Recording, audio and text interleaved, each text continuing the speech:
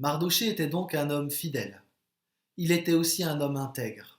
C'est ce qu'illustre la fin du chapitre 2.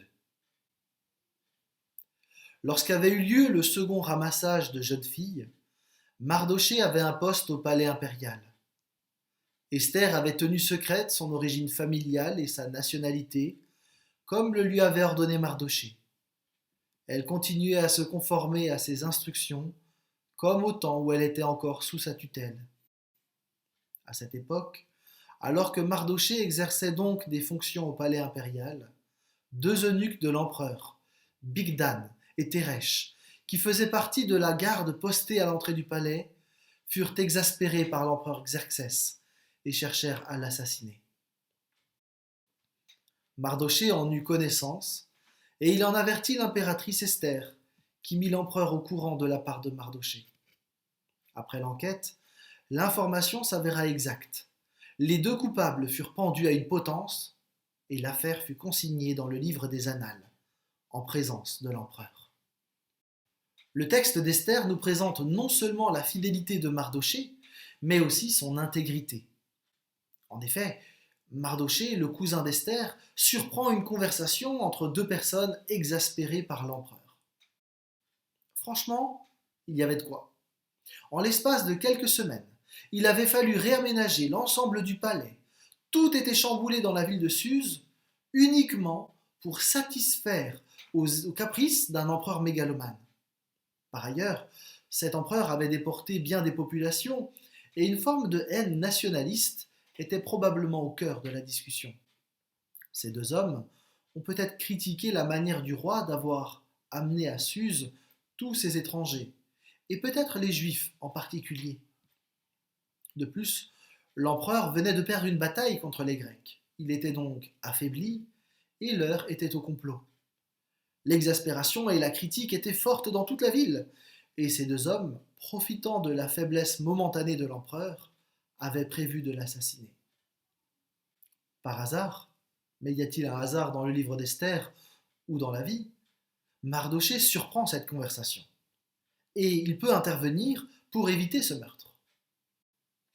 Pourtant, en y réfléchissant un petit peu, je me dis que Mardochée aurait eu des motifs légitimes pour ne rien faire, ne rien dire, voire même à l'inverse, de participer au complot. Compte tenu de la faiblesse de l'empereur et de l'ambiance dans la ville, c'était probablement plus facile de rejoindre le groupe de ceux qui se plaignent que d'oser prendre position en faveur du gouvernant. Contraste étrange. L'empereur si puissant ne reste en vie que parce qu'un juif déporté dans cette ville le lui permet. Mettez-vous un instant dans les sandales de Mardochée. Vous êtes déporté. Votre cousine, le seul appui familial que vous avez, a été enlevée et vous ne pouvez plus librement l'approcher. Il y aurait quand même de quoi devenir un peu amer et critique. Ce n'est pas ce que fait Mardochée. Bien au contraire. Il faut aussi souligner le fait que si Mardochée avait été ambitieux, il aurait été dans son intérêt de ne pas garder l'incognito, mais de demander à Esther de le présenter à la cour pour qu'il puisse profiter d'une promotion. Là encore, un contraste apparaît. Et le texte, dans les prochaines semaines, va faire apparaître ce contraste de manière encore plus forte. Parce que Mardochée est mis en opposition avec un personnage, Aman, qui, au début du chapitre 3, sera élevé en dignité par l'empereur.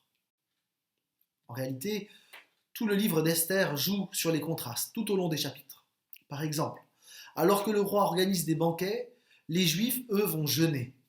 Alors que le roi perd ses moyens, Esther, elle, reste calme. Alors que Haman est rempli d'orgueil, Mardochée, lui, reste humble. Ces contrastes déséquilibrent la logique des choses. Normalement, un empereur n'est pas sauvé par un déporté. Normalement, un homme qui a tout perdu ne vient pas sauver celui qui lui a enlevé son dernier appui. Normalement, un homme qui n'est pas en position de force ne se montre pas courageux. Normalement, un homme comme Mardochée devrait essayer de s'élever en gloire et ne pas rester aussi humble. D'ailleurs, vous l'aurez noté, l'acte de bravoure de Mardochée ne lui apporte strictement rien. Pas un seul signe de reconnaissance, Pas un merci, pas une médaille, rien. Enfin, il vient quand même de sauver la vie de l'empereur. À quoi ça sert d'être intègre dans ce cas-là? D'ailleurs, on va voir dans les semaines prochaines que l'acte de bravoure de Mardochée va même permettre à ce qu'un édit soit publié dans lequel le peuple juif va être condamné à mort. À quoi ça sert d'être intègre s'il n'y a pas de récompense et si au contraire, il semble même que les circonstances sont défavorables ensuite? Plusieurs commentaires indiquent que les circonstances de nos vies permettent de tester la qualité de notre foi. Ça ne veut pas dire que Dieu décide de nous éprouver pour voir si on va tenir. Ce serait un Dieu sadique. Mais les circonstances de nos vies sont des indicateurs pour nous de la réalité de notre foi. Mardochée, déporté loin du temple, de son peuple, aurait pu faire plein de compromis, mais sa foi était réelle. Confiné à Suse, il continue d'honorer Dieu. Qu'en est-il de nous? Notre confinement, les circonstances présentes, sont de véritables moyens pour tester notre foi. Où en sommes-nous avec Dieu? Vivons-nous notre foi aussi lorsque nous sommes seuls, lorsque personne ne nous regarde? On pourrait s'arrêter là et s'encourager à suivre simplement l'exemple de Mardochée. Mais il y a plus, bien plus en réalité, et ce serait dommage de passer à côté.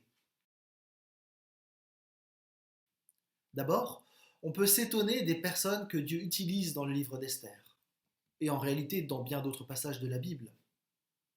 Mardochée, Esther. Franchement, pour sauver le peuple juif d'un génocide, qui aurait misé sur ce duo de déportés, et en particulier sur une orpheline? Il y a là un renversement incroyable. Esther l'insignifiante devient impératrice. Le même renversement aura lieu un peu plus tard avec Mardochée. Il semble que la foi réellement vécue, dans la fidélité et dans l'intégrité, plaît particulièrement à Dieu. L'élévation d'Esther au poste d'impératrice et l'élévation prochaine de son cousin anticipent une autre élévation, celle de Jésus-Christ. Si peu de personnes auraient pensé à une jeune déportée juive pour sauver Israël, aujourd'hui encore, peu de gens imaginent que le salut du monde passe par un juif du 1er siècle appelé Jésus-Christ. Né dans une mangeoire, dans une ville commerciale loin de la capitale, ce Jésus est le sauveur de l'humanité. Ce Jésus ne fait parler de lui que pendant 3 ans. Pourtant, il est pleinement Dieu. Ce Jésus n'avait rien pour attirer le regard. Alors c'est vrai, il a fait des miracles, mais il ne les a pas faits pour que les projecteurs soient braqués sur lui. Il a fait ces miracles pour montrer tout l'amour que Dieu a pour les humains. Lui, le Dieu Tout-Puissant, le Créateur de toutes choses, s'est fait homme. Il a vécu parmi nous. Et il est mort. Il est mort sur une croix pour vous, pour moi, pour que nous puissions vivre à nouveau une relation avec Dieu. Ce Jésus a transformé l'histoire. Ce Jésus peut transformer nos vies. Jésus n'est pas resté mort. Il est ressuscité. C'est là toute l'espérance chrétienne. En réalité, aucun historien sérieux ne remet en question l'existence de Jésus-Christ. Il est probablement un des personnages historiques les mieux attestés de l'histoire. Tous sont obligés de reconnaître qu'un Jésus a existé au 1er siècle, qu'il a fait des miracles et qu'il est mort sur une croix. Par contre, le fait qu'il soit ressuscité appartient au domaine de la foi. En tant que croyants, nous pensons, nous affirmons, sur la base du texte biblique, que ce Jésus était pleinement Dieu et qu'il est ressuscité pour cette raison. Ce Jésus veut nous inviter à vivre l'espérance de la résurrection avec lui. Le deuxième élément à garder dans ce texte, c'est que les contrastes qui sont mentionnés font ressortir en réalité les caractères des personnages. Et de manière plus précise, ils montrent ce qui est au cœur de leur vie. Le roi, Aman, vivent pour leur gloire. Mardochée, lui, se soumet à Dieu et il vit selon les lois de Dieu. Son but est de lui plaire. D'un côté, il y a l'orgueil, la soif de pouvoir et les richesses. De l'autre, l'humilité et l'attachement à Dieu. En fait, le texte nous invite à nous arrêter ici et à nous demander, chacun, ce qui est au cœur de notre vie. Et en particulier en ce moment de crise du coronavirus, nous devrions les uns et les autres réfléchir à ce qui fonde nos vies, à ce qui est au cœur de nos préoccupations. Pour la plupart d'entre nous, nous avons dû arrêter de faire nos activités. Nos emplois du temps ont été complètement chamboulés. Et nous sommes confinés pour quelques jours, peut-être quelques semaines.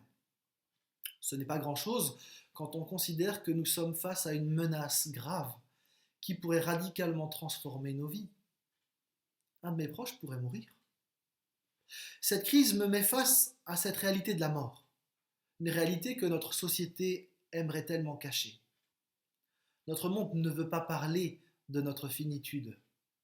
Et pourtant, je ne suis pas immortel, et cette crise me permet de revoir mes priorités et mon rapport à la vie. Qu'est-ce qui compte vraiment pour moi? Je ne devrais pas faire l'économie de cette question. Plus globalement, la question se pose aussi pour notre société. Plusieurs personnes ont déjà mentionné le fait que plus rien ne sera comme avant. Probablement. Quelque part, j'espère que nous prendrons plus en compte l'humain. Mais pour pouvoir transformer les choses, il nous faut là aussi nous questionner. Sur quoi est fondé notre monde? Et il me semble en particulier qu'il serait juste de questionner le culte de la performance, de l'efficacité et du tout rentable qui dicte tellement souvent nos décisions. Cette crise nous oblige ainsi à revoir nos priorités au niveau personnel, familial, national et même mondial. Ce virus que l'on ne voit pas à l'œil nu est tellement dangereux qu'il confine aujourd'hui 1 milliard de personnes dans le monde. Il détruit des familles, il fait exploser des systèmes élaborés, il touche des économies, il perturbe le monde entier. Et il nous oblige par là même à nous poser la question de ce sur quoi nous basons notre vie. En fait, ne pas nous poser les bonnes questions aujourd'hui serait stupide. Non, nous ne pouvons pas reprendre nos vies comme si de rien n'était. Au travers de ce texte et de ces contrastes, il me semble que la Bible met le projecteur sur 2 personnes simples, mais qui avaient trouvé un trésor incroyable. Leur vie a changé parce qu'ils étaient en relation avec Dieu. Ce Dieu-là est le Dieu qui nous a créés. Et chacun de nous, nous avons au fond de nous-mêmes un reste du projet parfait que Dieu avait créé. Nous rêvons tous d'une société juste où il n'y a ni mal, ni souffrance, ni mort, pas de virus.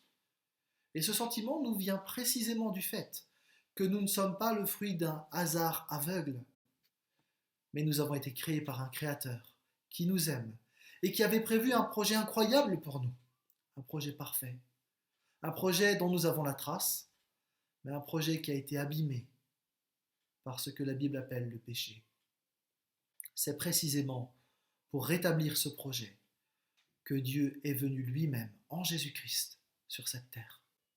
C'est pour rétablir ce projet qu'il est mort sur une croix. Et c'est ce projet que nous allons vivre si nous plaçons notre confiance en lui. Le Dieu invisible laisse des traces dans le texte biblique, dans nos vies, pour que nous choisissions nous aussi la bonne part, une vie avec Dieu. Une vie avec une espérance éternelle. Une vie qui, fixant l'espérance, peut se vivre avec d'autres valeurs que celles de la performance et de la rentabilité.